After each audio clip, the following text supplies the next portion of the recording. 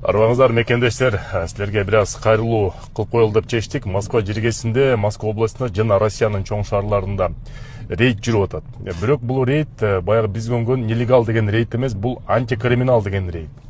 Бул антикриминал рейдин азыркы учурда строй объекттерде, чоң строй объекттердин бүт баарында текшерүү болуп атат бүт Россия боюнча. Мунун себеби болсо, ошо бир Мичинский лес деген турак жай курулуп аткан жерден мигранттар, тактап айтканда Өзбекстандын жарандары менен Индиянын жарандары мушташып, бири-бирин катуу сокку уруп, ошондон кийин антикриминал деген рейдти башташып, азыркы учурда уланып жатат, дагы бир жумага чейин уланат.